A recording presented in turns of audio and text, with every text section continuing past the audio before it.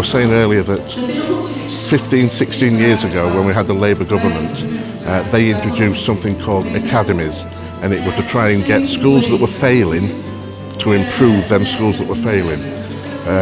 So they're the ones that started the academisation programme and opened the door a little bit, so when the Conservatives came in 2010, they expanded the academisation programme. Up till then, local authorities were responsible for all what happens in education, for the special educational needs, for any support that staff wanted.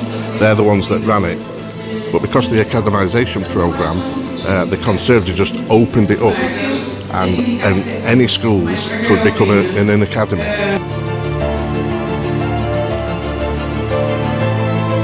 And these multi-academies became bigger and bigger and bigger, where you've got one academy match that actually has probably 50, 60 schools run by one person at the top, and each have got little heads, so they're all taking money out of the system.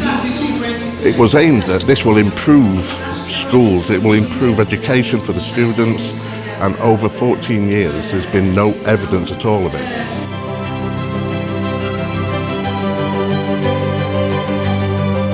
There's been no vast improvements. Those unions have been concerned because it's been taking money away from education, been run like a business, and at the same time teachers are being given extra work to do. Our blue book that we call it, our staff teachers paying conditions document, some academies don't use that anymore, so there's extra workload, more time you're actually working. Staff are expected to work on a Saturday morning, and it's just getting worse and worse. Now we've got back to a Labour government. We're trying to, it's too late to go back to local authority, but what we're trying to do is fetch the academies back online to make sure that everybody pays into the facility time. They actually make sure that all teachers are paid the same.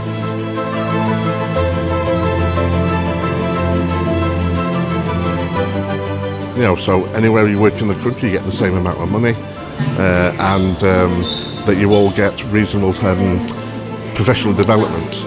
The problem with the academy systems at the moment, they are run like businesses, and therefore, even though they say children come first, because money's taken away at the top, there's less money put into education, and class sizes got bigger.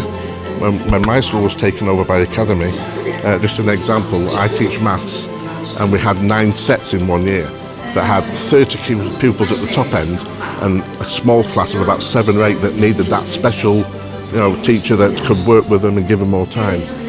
When the academy came and took us over, that went down to 5 classes, so all classes had 30 pupils in, so the students who needed that extra support weren't getting it.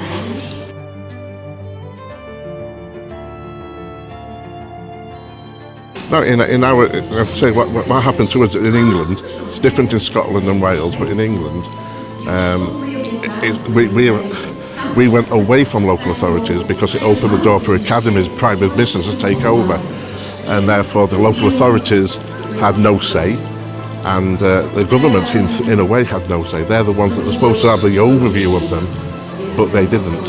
You know, the Conservative government just let them run away with doing whatever they want, to where, for instance, one academy chain ran up debts of millions and millions of pounds, and the government had to bail them out. You know, so there were no view of what was going to be happening, and professional autonomy had gone. You were told this is what you are teaching, this is how you teach it. You know, the flair of teaching just seemed to disappear in a lot of academy chains. There's a lot of money in the system that isn't being put into where it needs to be, in the education of children.